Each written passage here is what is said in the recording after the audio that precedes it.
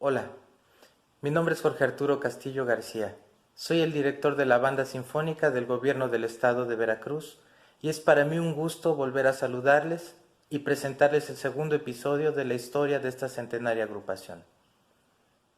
En el episodio anterior conocimos algunos antecedentes históricos, así como algunos personajes que hicieron posible en el año de 1886 la fundación de la banda, y aquellos que se encargaron de mantenerla con vida durante las dos primeras décadas del siglo XX.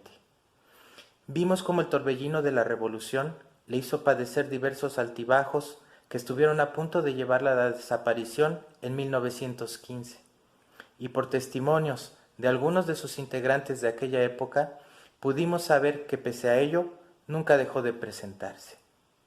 En este episodio conoceremos nuevos personajes y abordaremos uno de los acontecimientos más importantes en la historia musical de nuestro estado, que estoy seguro será de su interés. A partir de 1920, el principal interés del gobierno estuvo centrado en enfriar los ánimos que la revolución había dejado caldeados, ya que el país seguía dividido y persistían las luchas armadas entre pequeños grupos que continuaban descontentos. El gobierno federal, a través de los gobiernos estatales, logró controlar a estos grupos armados regionales, aglutinando bases sociales como la obrera y la campesina. En 1924, el general Heriberto Jara Corona asume la gubernatura del estado de Veracruz y con ello inicia su proyecto de modernización de la ciudad de Jalapa. En este periodo se da la inauguración de obras de gran magnitud y para beneficio social como el Estadio Jalapeño, que hoy lleva su nombre, y el Parque Lerdo, la fundación de la Delegación Local de la Cruz Roja, el establecimiento de la Escuela de Enfermería y la Escuela de Artes y Oficios, que son algunos de los hechos que caracterizaron estos años de constante crecimiento. Durante la segunda mitad de la década de los años 20, la banda del Estado cobró un protagonismo singular, pues también con la llegada del gobernador Jara inició un proyecto de renovación intelectual que mantuvo a la agrupación en constante actividad en la vida de la ciudad, tanto por su participación en los numerosos actos oficiales como en las acostumbradas serenatas de fin de semana. A partir de 1925, la banda quedó bajo la dirección del maestro coatepecano Juan Lomani Bueno, quien inició un arduo trabajo de perfeccionamiento, pues hizo crecer en pocos meses el nivel de los músicos a quienes instruyó en solfeo y otras materias que ayudaron a elevar el nivel de interpretación del conjunto. Por aquel entonces, la banda realizaba sus ensayos, a los que les llamaban escoletas, en una casa muy sencilla que tenía una pieza grande al frente y se ubicaba en la calle de Bremont. En el patio de esa casa se tomó esta fotografía en la que aparecen algunos de los integrantes del grupo con su director. Uno de los grandes aportes de la banda del Estado fue el estrecho vínculo que creó entre la música y la sociedad. Si bien en la ciudad no existía ningún centro de estudios musicales, profesionistas, comerciantes y público en general comenzaron a interesarse en aprender a tocar algún instrumento con la ilusión de llegar a formar parte de las filas dirigidas por el maestro Lomán. La conclusión del periodo de gobierno del general Heriberto Jara detuvo el proceso de modernización emprendido y el eco de la crisis económica por la que atravesaba el país llegó a Jalapa. El gobierno federal se declara insolvente a causa de los conflictos laborales y jurídicos con las compañías petroleras, la caída del precio de la plata en el mercado internacional, la suspensión de pagos de la deuda externa y la canalización de recursos al combate de los cristeros, por lo que las contribuciones federales para con los gobiernos estatales se detuvieron y a su vez estos dejaron de hacer las contribuciones a los gobiernos municipales. Dado lo anterior, no es raro que los integrantes de la banda tuvieran la necesidad de alternar su trabajo como músicos con otros oficios. Es así que podemos encontrar, por ejemplo, que el baterista también se desempeñaba como zapatero, Uno de los trompetistas era peluquero y otros más trabajaban como sastres, talabarteros, carpinteros, etc. En 1928 asume la gubernatura del estado el también general Adalberto Tejeda, de quien, entre otras cosas, se recuerda su gran gusto por la música, que era tal que lo llevó a aprender a tocar el violonchelo. Era costumbre de la época que la banda de música del estado llevara las tradicionales mañanitas al gobernador en turno. Conociendo el gusto del general Tejeda por la música fina, como se le llamaba entonces, don Juan Lomán invitó a los músicos que supieran tocar instrumentos de cuerda a preparar un programa diferente que incluía un vals para el festejo del día 23 de abril de 1929.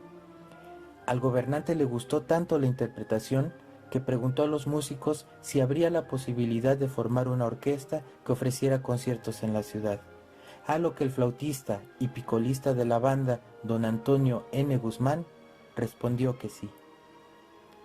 Aunque de momento el maestro Lomán pensó que era un proyecto demasiado ambicioso, hizo suya la idea y comenzó a formar una orquesta sinfónica.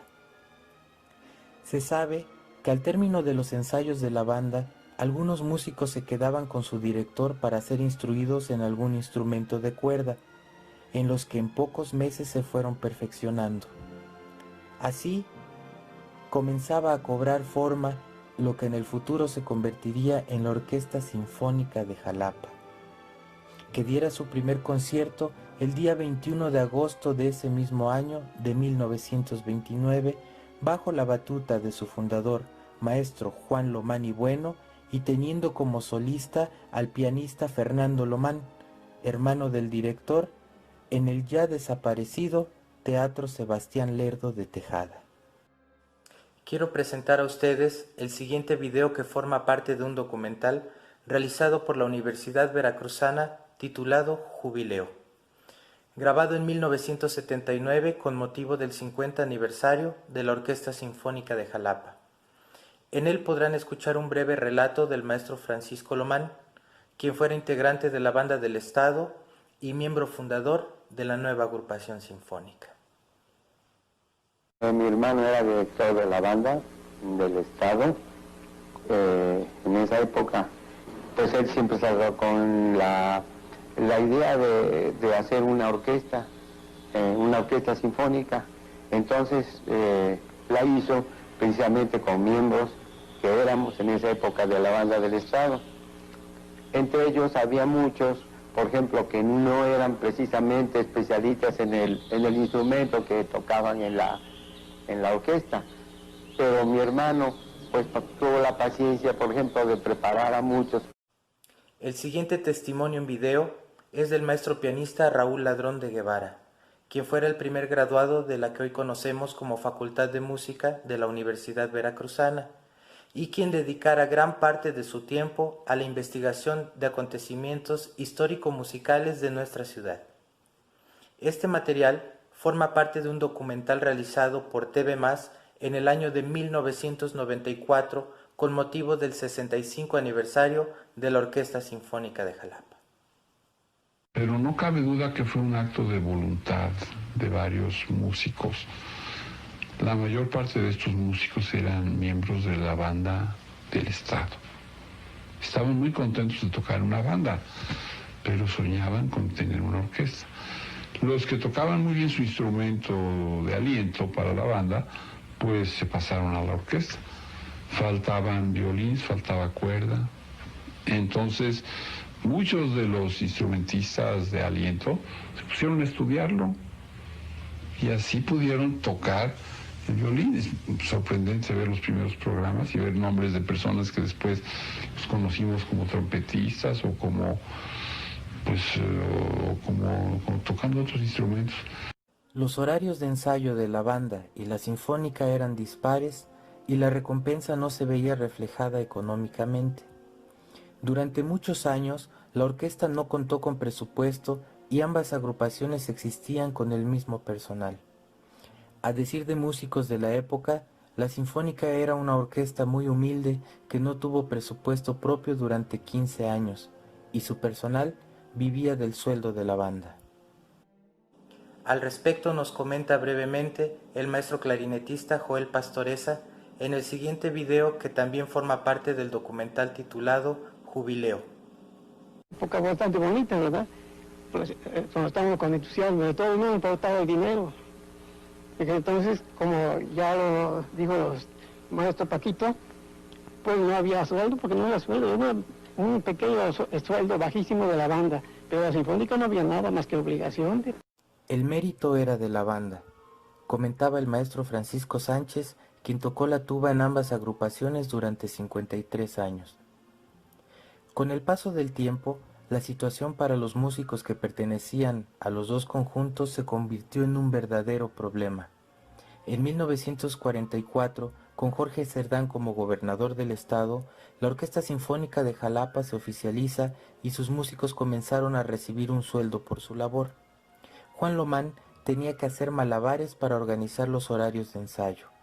Cuando programaba un concierto de la orquesta, la banda dejaba de ensayar, o lo hacía sin los músicos comisionados a la orquesta, o las sesiones se extendían hasta altas horas de la madrugada. El maestro Juan Lomán y José Yves Limantour compartirían la dirección de la Orquesta Sinfónica de 1944 a 1946, año en que Lomán se retiró del cargo. Sin embargo, su trabajo con la banda del estado continuaría. Fue el maestro Limantour quien, por obvias razones, propusiera al gobernador del estado que ya no compartieran músicos ambas agrupaciones, y a estos se les diera la oportunidad de decantarse por alguna de ellas. De esto nos habla brevemente el maestro Máximo Romero, quien fuera clarinetista de la Orquesta Sinfónica de Jalapa, cuya entrevista presento a continuación y también forma parte del documental realizado por TV+, que mencioné con anterioridad.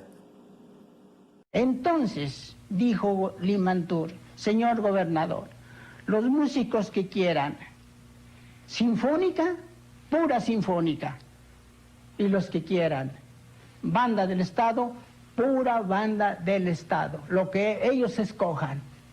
Así fue como algunos músicos se quedaron en la sinfónica y otros, los que hicieron falta, el maestro Limantour los trajo de México.